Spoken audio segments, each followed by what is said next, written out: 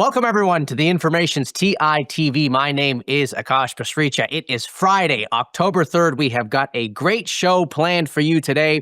We've got a great conversation with the CEO of Anduril coming up in just a few minutes, so do not go anywhere. We are also taking a look at what the Information's new deep research tool is telling us about its predictions for AI and also for the wearable sector. We're going to bring on some friends of the show from Semafor and our AI reporter to talk about what they think is coming for the AI sector. And last but not least, I am really excited to dig into a profile that we published today on Reed Jobs, the son of Steve Jobs, who has a new venture fund dedicated to cancer startups. It's going to be a great show. Let's get right into our first guest. Anduril has been one of the most closely watched companies in defense tech, which, of course, is one of the fastest growing pockets of Silicon Valley. I want to turn it to our editor-in-chief, Jessica Lessin, for a wide-ranging conversation that she had with Anduril's co-founder and CEO, Brian Schimpf. Here is Jessica and Brian. Thank you, Akash. I am so happy to be here today with the co-founder and CEO of Anduril, Brian Schimpf. Brian, thanks for joining TITV. Hey, thanks for having me on. Well, it's been a wild time. I often think when we think about companies in the center of everything in this moment, minus the AI guys, although you're kind of one of those too, it's just been an incredible couple of years for Anduril. I think TITV viewers know that Anduril, founded in 2017 now, is in the defense space, focused specifically on bringing down the cost of weapons and other items used in warfare. And we'll get to maybe later, has been a somewhat controversial company over its history, but I think now clearly at a very important moment. So thank you again, Brian. So I want to start by asking you about the business. I think my colleagues at The Information reported that last year, your revenues were over $1 billion, growing quickly. What's happening to growth this year, and where is it coming from? Yeah, so we're going to see revenue growth over 100% this year. We have biggest area of increase has really been on the production side. So we've started making a lot more systems, fielding a lot more systems. We're scaling the hardware production that we do by, I think, 250%, might actually even be a little higher this year, and expect to see, a nearly similar increase next year as well. And so let's talk through, every day now there's a headline about autonomous submarines in Australia, autonomous fighter jets. Those might be a little further off. Where is the business now in terms of products and services? And where do you think it'll be in a couple of years? So when we started off, we worked on a lot of things like border security, which has been a very successful business for us. We've had amazing bipartisan support. It, started under the first Trump administration, grew tremendously under Biden, and continuing to grow going forward. That's been a very mature product for us. On the counter drone side, that's another area where very early on we set out to kind of work on these problems. And has really scaled, right? We're doing a huge amount of revenue there. We have fielded systems in combat zones. We're seeing regular operational use. So it's been an incredibly successful area. We're producing a ton of surface-to-air munitions, our Roadrunner system. We're seeing a huge amount of scale on that front as well. In the last year, we've kind of moved into a number of different areas as well. So one has been kind of this class of autonomous platforms. So it's this autonomous submarine you referenced that we've been working on with the Royal Australian Navy. That's now moved from a development program into a full operational production program as of just in the last couple of months. We're working with the U.S. Air Force on their collaborative combat aircrafts. This is like a full-size fighter jet that flies along with other fighter jets to provide them support, to put them out in front, put it in harm's way so that the manned platforms don't have to be at risk. And this is going incredibly well. We're in development now. We'll be flying in a couple of weeks here. It's moving along at an incredible pace for an aircraft program of this complexity. We've moved into some space capabilities, which is really exciting. And then one of the areas that I'm particularly passionate about is the area of munitions. This is a major strategic deterrence risk for the U.S. You look at Ukraine, just the sheer volume of munitions that are consumed in that fight, I think is indicative of what the world is seeing in terms of what we need to have to deter aggression from our adversaries. And you look at the production that Russia's been able to ramp up on, it is massive and in many ways outproducing all of NATO combined on the capabilities that they're fielding. So this is a major issue, and we've really focused on exactly what you said. We're looking at lower cost, smarter, more autonomous systems, and how can we build the best of modern manufacturing and modern technology and bring it into the defense world and be able to produce these at a huge scale. So when you talk about some of the tailwinds about getting these new, items into production and also new categories, when the second Trump administration began, its message was clear, certainly to the tech industry, that it was going to cut the red tape. Has that been your experience? Yeah, I think, like all these administrations take time to get settled, right? Appointees take time to get in. They have to figure out what's working and what's not. They've got to clean up things they disagree with, and then make the plan to actually move out and move forward on what the future is. Combine this all with a fairly unprecedented budget structure, reconciliation, all these unique ways that have never occurred before, full year continuing resolutions. Like this is just a very unique operating environment for any administration to be able to operate in. They're really starting to get their feet underneath them. And what we're seeing is, a very clear-eyed focus on where are the problems on industrial base? What do we need to fix that are the kind of key deterrent capabilities that we need to have against our adversaries? And then really driving those hard in terms of get results and get results now. And so I think this is a great thing, right? Like whether that's us or any other performer in the industrial base is exactly what we need to see. A lot of accountability, a lot of focus on the critical problems. And so I've been very bullish on sort of all of those fronts. It feels like the right set of actions to take. As they're getting appointees in, this is going better. There's more people to like actually run and lead these programs. And so I've been very optimistic on that. On the cutting red tape and all these pieces, I think the answer is like, anytime there's been discrete, obvious issues, so that this doesn't make any sense, why are we doing it?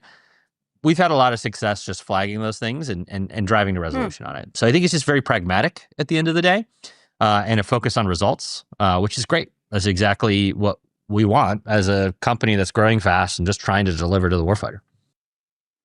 How does the government shutdown affect you? A lot of things slow down. Right. A lot of parts of DoD are still We're not essential. getting Blue Angels in San Francisco. It's brutal. Everyone has to pay their part, I suppose. I worry about the other people. But yes, back to what it means for you. Yeah. So it's just all the things of just the basic functioning of government. How do you get contracts written, and signed? How do you get all these things executed? It all just stalls. And so, if it stalls for 1, 2, 4 weeks, it'll take, several weeks to get it back online. So it does have a very meaningful impact. This, progress stalls. For us, for the year, we were already in a position that we were pretty okay, right? So for a company like us, we're in a pretty good spot, working a lot of continuing programs. It's fine. The bigger issue is when you're in rapid growth and you need these new things to go. That is very, very painful. And so I think it probably impacts a lot of the newer defense players a lot more than it hits us. Got it. And what about where we want to shift to the Valley and some of the more techie, startup-y things? But at this incredibly complicated moment in foreign policy, obviously we've got multiple wars around the world, many of them controversial. I mean, I guess all wars are by definition, but you've worked across many administrations, but how is this moment in particular affecting Anduril, and how do you balance, your business with the values of the U.S. government? Yeah, so the geopolitical situation is exactly what you said. It is one of the highest periods of regional conflict, and that is frequently, when you look back at World War I, World War II, regional instability started to increase, balkanization increased, the amount people would arm themselves increased because you were entering an unstable world. So there's a lot of precursors. And so that gives us just a lot of fear and pause around, is this going to get better or worse in the near-term period? What we've been seeing is this is a continuation of a trend that is independent of Trump, right? And the way this has played out for us has been, international partners and allies really are looking to say, okay, if I'm going to increase defense spending, one, I want to know that I'm actually going to get the equipment that I'm paying for. The backlog on these orders from countries is massive.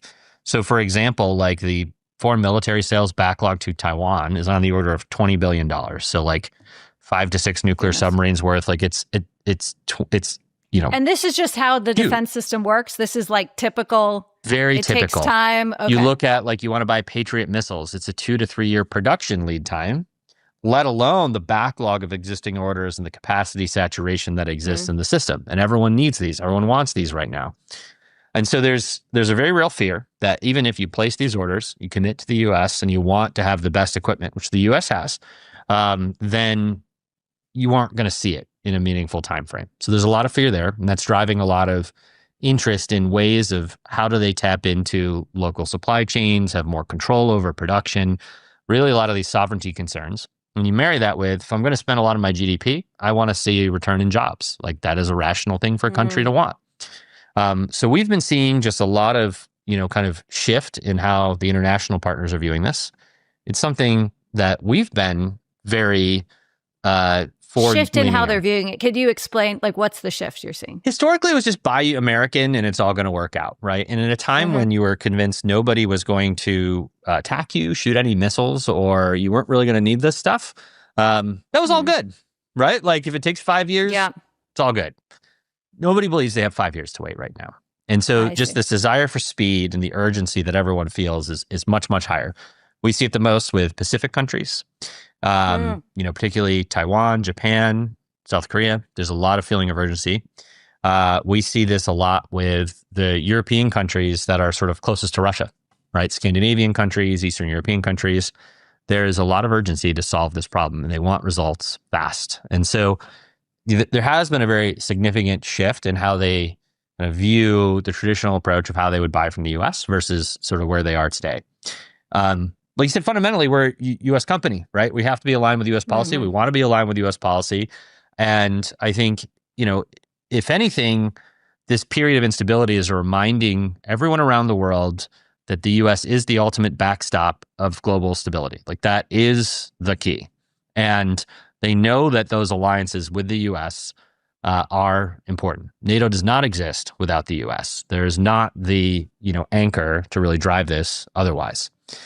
These other countries play a massive role, but I think this sort of degree of U.S. relationship is very, very important. And the sophisticated policymakers can kind of see through the emotions and the frustrations of, the moment of how they feel like they're either being treated well or poorly, and understand what the long arc of this looks like, which is this is only going to work if we have a strong alliance. The U.S. is the backstop for that. There is no credible alternative. And, hard power deterrence is more important than ever to ensure that backstop of stability. And so if you had a crystal ball 3 years from now, what does the picture look like? It's hard for me to imagine that there's some deal to be done that gets, Putin believing that force won't work anymore and Xi believing everything's going to be fine and the status quo works. I don't see a world that happens, right? Iran is not going to stay still. They're going to regroup. They're going to retrench. And the view is very much that, the consequences for using force are comparatively low. And that undermining that Western alliance is their best chance of success. It is hard for me to imagine that changes. I think that will look like more regional instability, more, kind of, in many ways, you can view Ukraine, Russia as a proxy conflict. I view it as actually China's buttressing the proxy conflict. Where do you think Ukraine is manufacturing 4 million drones? Like, they're not making motors, they're not making batteries. It's all coming from China. There's been no restriction on sales. And so the reality is going to be that this stays quite unstable. It's hard for imagine getting less. And I think the imperative is the U.S.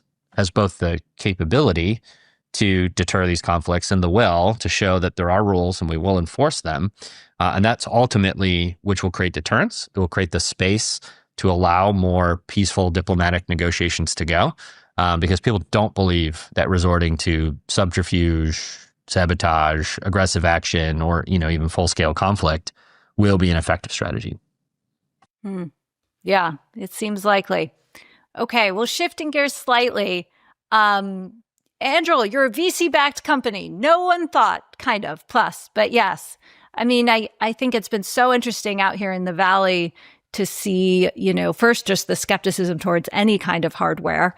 But you've managed to raise a tremendous amount of capital, I think at a, upwards of a $30 billion valuation. I guess my question is, where do you go from here on the capital side? Do you need to raise more money? And where are you going to get it from? What do the public markets look like versus the private markets? So growing a hardware company at the rate we're growing at turns out to be really expensive. And this isn't even just doubling revenue, that is not sort of, it's not easy. We might expect that of the ChatGPTs of the world or the OpenAIs, doing incredible growth. But it is worth pausing that is fast growth in hardware. It is very hard to do when you're producing physical things. But it's also expensive. Maybe this is where you were going, so I shouldn't have interrupted. And so the reality is you're building a factory 1 to 2 years before you're getting productive utilization out of it. And that's even like partial utilization. You get to full utilization over 3 to 5 years, you're doing pretty good. So you're paying for all that excess capacity up front. Inventory and like all the working capital. It's a concept that very few people in finance even think about anymore. It costs me money to build inventory, to sell it. These are very foreign concepts to most people in the Valley. Well, now we have the data centers, so they're starting to understand. They're getting CapEx concept again. They get CapEx, right? Yeah, they get CapEx. And so there's a lot of these very foreign, very traditional concepts of what it actually takes to run a business like this. So in reality, those are expensive, and it's a good problem to have, right? Like we're doing well. Our business is succeeding. We're scaling very fast. Customers are demanding the products we have. They're having great operational success. But it costs money. So will we raise more? I think we will. In terms of where are you profitable? We are not profitable yet, right? Again, growing fast, very, very expensive. Yep. If we wanted to grow at 20% or 10% a year, I'm sure we could be profitable very fast, but that's not what we're doing here. Where this capital comes from, my view of this is there's been a tremendous amount of demand flowing into the private, kind of growth stage funds. There's a lot of interest from, kind of traditionally public investors crossing over. Most of the mutual funds now cross over into those growth stage funds. And whether they're just directly investing or they're providing capital into other VCs, there's just a lot of capital flowing around there. And I think the belief is that the private market returns will look a lot like the public market returns have looked like for the last 10 years. The concentration in return is very high on the top 10 companies. And so if they go public, I guess we could do secondaries forever. Yeah. What do you think about that? Like and I feel like Anduril will be eventually a public company. Is that how you think about it? I think we will. But the benefit of this like amazing capital market structure that exists in the US is you have all the optionality in the world to make the most effective business you can, right? And we are not constrained into making suboptimal decisions. We can choose the timing that actually makes sense. And for us, our belief is we're going great. We have access to capital. We can provide liquidity to investors and employees. The demand is sufficiently high that this works out great. And so we're not in a rush at all. But I think when we prove, kind of beyond a shadow of a doubt that we can scale, we've got factories that produce, our core business model is working again and again and again beyond the like handful of places we've proved it to date. That will be trivially easy to go public at that point. But we're not in a rush, and we don't need the. I like that. Yeah, it's just we don't need the distraction. We don't need the. Is there a volatility. benefit? Like, is it easier to get contracts if you're a public company? Or I imagine, in theory, you guys might face some restrictions because of the categories you're in. About the, for instance, sovereign wealth is maybe a type of money. I don't know if there are any sovereign wealth investors in Anduril, but I don't even know if that would be allowed under the law. Probably not. Yeah, there's straightforward restrictions on who can own you and what percentage. It's pretty simple. It's formula. And we're big enough now that, getting 5 to 10% of the company, it's really expensive. So the, there isn't 5 to 10% float sitting out there. You can't get it. So I think these are pretty simple things for us from the compliance side.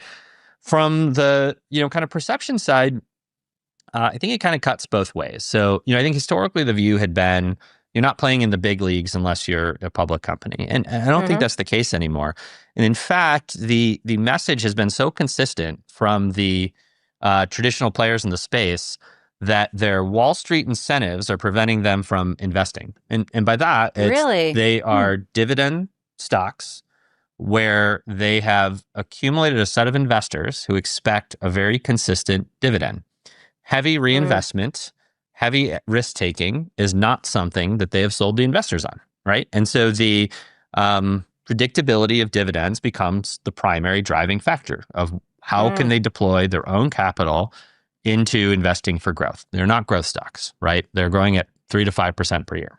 And so it is a different class of investor. And I think the message of why haven't they increased capacity on these things, why aren't they investing, is, I think, to their credit, it's like unclear the return is there because they historically haven't seen the return on investment from these things. Like, there's a lot of reasons for that. But then there's also a degree of shifting blame on this, which is, I can't do it. My hands are tied by the investors. And I think that is true. I think that has created a situation where there's a lot more skepticism of short-term incentives of the public markets. I don't believe it has to be that way, right? Like, if you are a growth stock and showing that when I invest capital, I get a good return on it, I'm pretty sure the investors are good to go with that, right? And they've overly focused. There have been plenty of examples of that. Yeah, you get great credit for investing in growth, turns out. Okay, before we wrap, 2 short things. You mentioned space.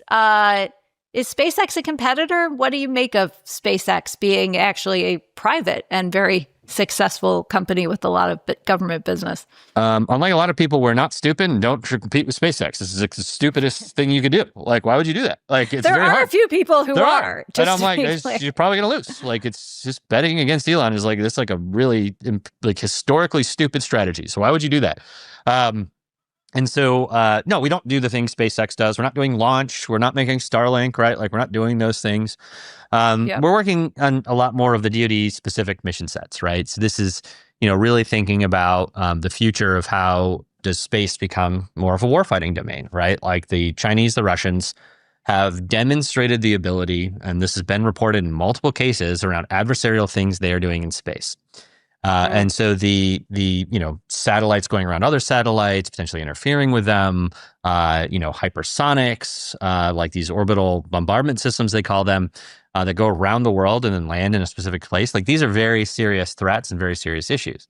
The DoD is looking at, how do I counter those? And then what are the capabilities I need to deter these things as well, to show that I can hold them at risk. So they should not mess with us either, right? And so these are the kind of categories of areas in space that we're really focused on, the very, kind of defense specific areas that, we're uniquely going to go after, and really fit in the mission of what we're trying to do. Okay, well, I think space wars and space warfare might be a great place to end it, Brian. Talk about not looking 3 years ahead. Who knows? But, well, thank you so much for joining us, for covering so much ground. And it'll be very interesting to see how Anduril grows and develops in the coming years. So thanks again. Awesome. Thank you so much. That was Jessica and Brian. Okay, well, the news comes so fast at us these days that sometimes it is nice to take a step back and take stock of all the trends that are sweeping through the technology sector. There is so much going on with AI right now, and so that feels like a good place to start. Joining me now for that conversation is AI reporter Stephanie Palazzolo and Semafor's technology editor Reed Albergotti. It is his first time on the show. Welcome to you both. It's great to have you here.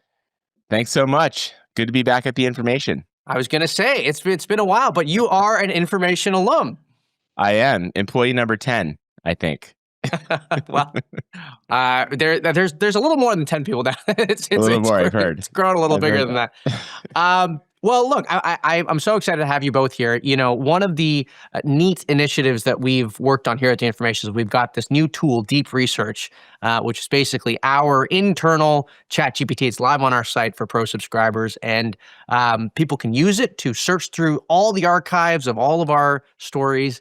And recently, we've also been playing with the idea. We actually publish reports now with our Deep Research tool. And so one of the reports that we put out are the AI predictions that Deep Research has for AI in 2026. And I mean, look, there were some good themes that I want to get both of your temperatures on. And Stephanie, maybe I'll start with you. You know, one of the things that the report talked about is that AI is bound to get a lot more specific, and that companies in healthcare and in law, I mean, those are going to be the companies with really specific data sets that are going to really thrive in the next 12 months. That seems to resonate with some of the reporting that you've done in the last couple months, right? Yeah, totally, Kosh. I mean, I think a big theme of the last year or so has been this move into more vertical specific AI apps. And like you said, I think a big reason for this is kind of one around competitive moats. Like these companies are basically arguing that they have access to special data sets, whether that's, medical data or data on how, lawyers might mark up contracts, for instance. Right. And so their argument is kind of that they can do this better than anyone else. And I think that's going to be an increasingly important argument, especially as we see companies like OpenAI and Anthropic kind of move into this application world and start to compete more with the startups that they're serving. Right. Reed, what do you make of that trend? Well, my wife is a lawyer. She's upstairs. I've turned her on to some of these products, and I think she finds them mildly helpful. But I think there's a big barrier in these, and I'm sure you have a lot of friends who are doctors too. Nobody's really being disrupted by this yet. I mean, I think it can be a time saver in some ways, but the problem with those two industries is that they are like zero failure rate, right? Like you cannot fail at those. And you even saw Anthropic's lawyers. I'm sure you follow this, Stephanie, closely. Like Anthropic's lawyers actually were embarrassed in court because they used AI to do a legal briefing, and it hallucinated and made up case law, which they actually filed with the court. I mean, and I don't know. I'd love to know your thoughts on this, Stephanie, but I don't see that problem. Like that, there's that sort of like last, I don't know, 5 or 1%, whatever it is, of like getting these models to be predictable being solved like anytime soon. Stephanie, what do you think of that? I think that's very true. I think that's why, AI has been picked up so much faster in areas like customer support, where, what you're doing isn't exactly life or death. But yeah, if you accidentally put a made up case in a brief, that's super embarrassing, not to mention what might happen if you have, something wrong in the healthcare sector. I mean, that could actually be life or death. So yeah, I think it's easy, as you said, to get to like 90 or 95%, but that last 5 to 10% is really what makes all the difference. Well, and Reed, I mean, one of the most interesting things is it's such a technically difficult challenge to solve, and yet, I mean, I think what sort of the Deep Research tool was getting at, and that's something I agree with, is I think we're going to see more startups getting funded in that space because VCs are just going to throw money at the problem and say, the opportunity is huge. We got to solve it somehow. Yeah, I think that's right. I mean, VCs are throwing money. They have thrown a lot of money in that space, right? I mean, I think the legal startups was one of the hot spaces. I don't know. It would be interesting to see where that investment goes. There's all this talk of us being in a bubble, so I don't know. Maybe we could be sort of at the tail end of that, but I'm not sure. Right. Well, Stephanie, what about the wearables side of this story? I mean, we published a report here, Deep Research did, about the sort of state of AI and wearables, and the thing that it pointed to is that a lot of the smaller startups have tried, many of them have failed, and now you have the bigger companies that are sort of taking their stab at wearables. I mean, does it feel to you like this is going to end up being a big tech opportunity, in the sense that, the big tech companies are going to be the ones to figure it out? Or do you think there is going to be a startup that comes into play here? Yeah, I mean, as much as I love startup innovation and them kind of coming in as the underdog and really shaking things up, I do feel like big tech has a really big, leg up here. I think partially because of distribution, companies like Meta obviously already have access to so many users, but then also things like connections to the supply chain. I think even like the startup that maybe has the best chance, OpenAI, a lot of that is because they've hired so many ex-Apple people, as we wrote about in a story recently. And these are the people that have the connections to like the right suppliers. They understand the like intricacies of the global supply chain. And they bring a lot of that knowledge that they had from Apple with them. And so I do think there's, a lot of advantages that these big tech companies have when it comes to making wearables. Right. Reed, what do you think? And what did you make of Meta's event last week or 2 weeks ago? I was there, and despite all the hiccups in the demo, I think it's a really interesting product. I think it's still. Well, actually, I thought the best part of what Meta did was the wristband. It's like this new user input that I think, if they sort of open that up, I could see developers coming up with like really creative ways to use that. Right. But I read your deep research report on this, and I thought that it kind of hit the nail on the head when it said that the two companies, Apple and Google, that really control the mobile ecosystem have a tight grip here, and they're not going to let people come in and innovate. So I don't think of AI hardware as like someone's going to come up with the killer device in AI. I actually think of it as like AI has to kill mobile. Like we still have like the mobile world. The fact that we spend $2,000 on this phone that does basically the same thing it did, or serves the same purpose it did 10 or 15 years ago, I think is just crazy. Right. And it's really because of power of these walled gardens. And so when AI breaks through that, I don't think we get one device. I think we get a choice. Like maybe you have a pocket computer, maybe you're working on your desktop, maybe it's your glasses or an earpiece, but it's, the hardware is kind of just isn't as important. It's more about like what the AI is doing for you. Reed, I want to stick with you very quickly before we let you go.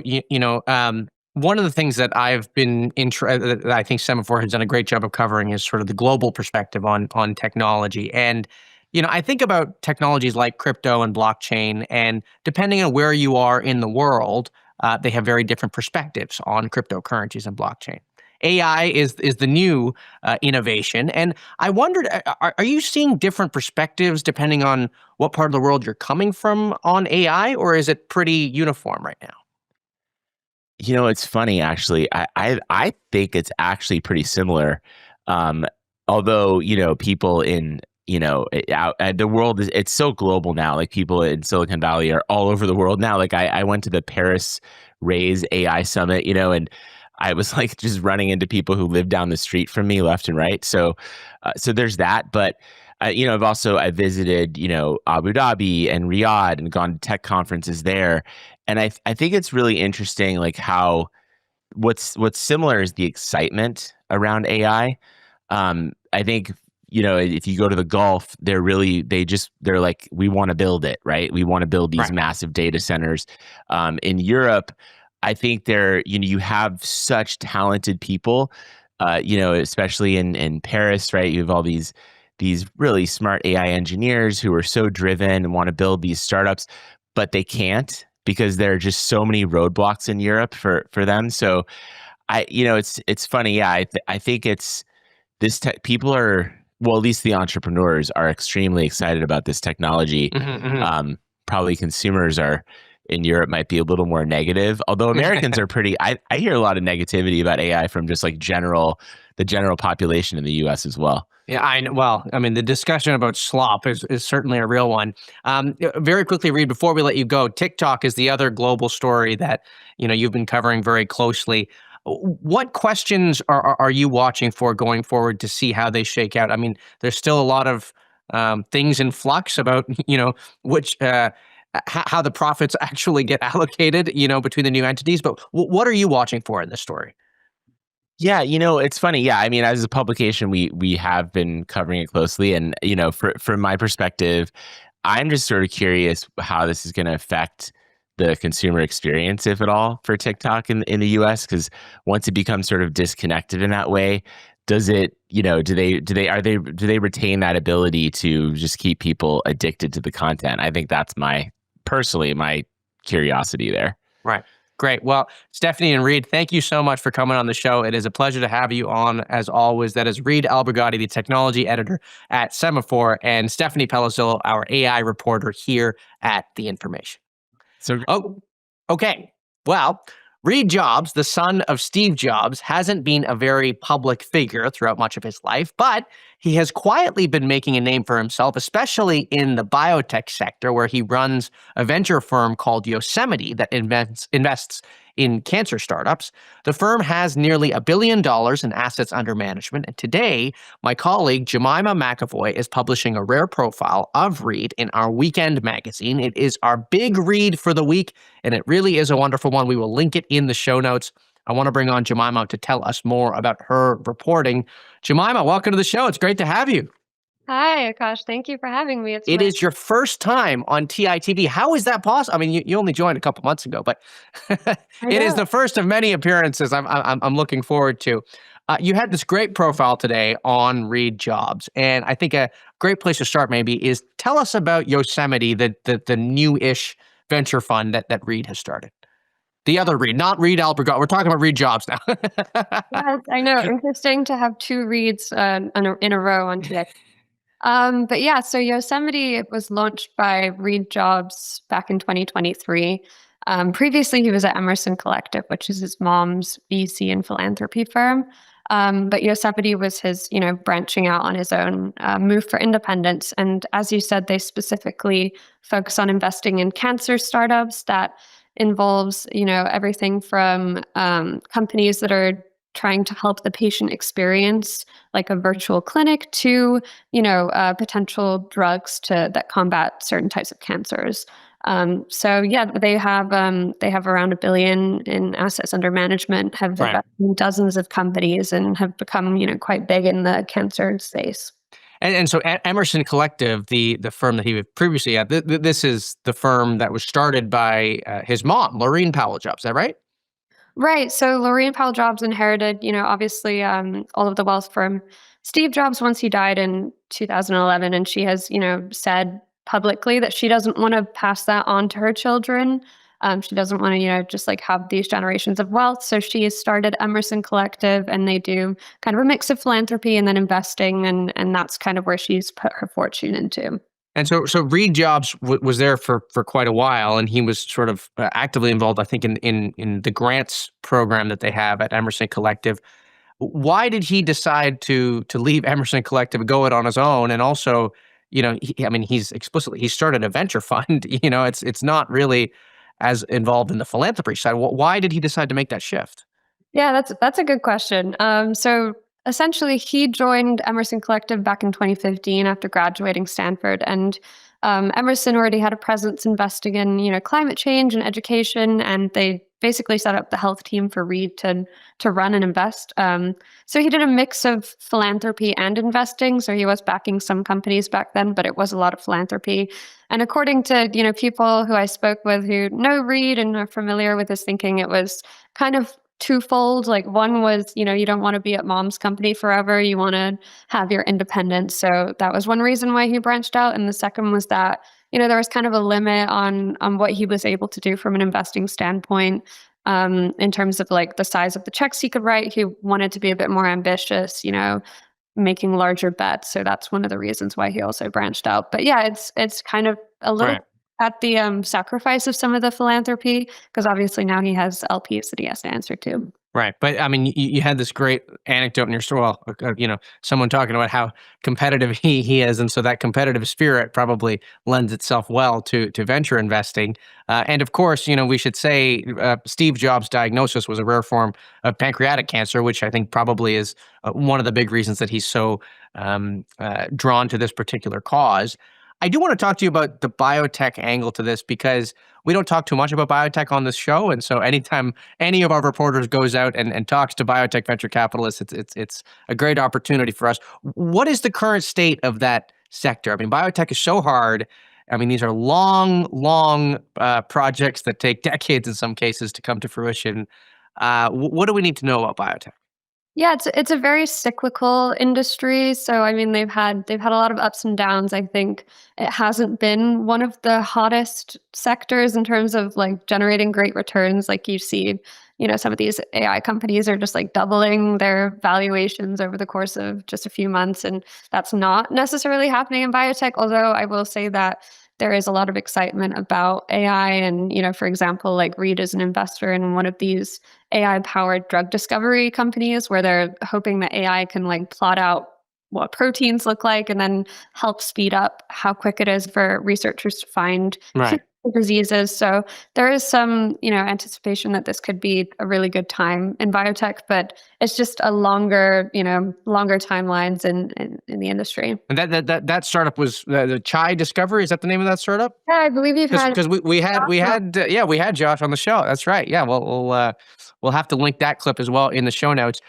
Very quickly before we let you go, I do want to talk about Reed's interest in politics. Why is he interested in? I mean, has he indicated he wants to run for any kind of office at some point?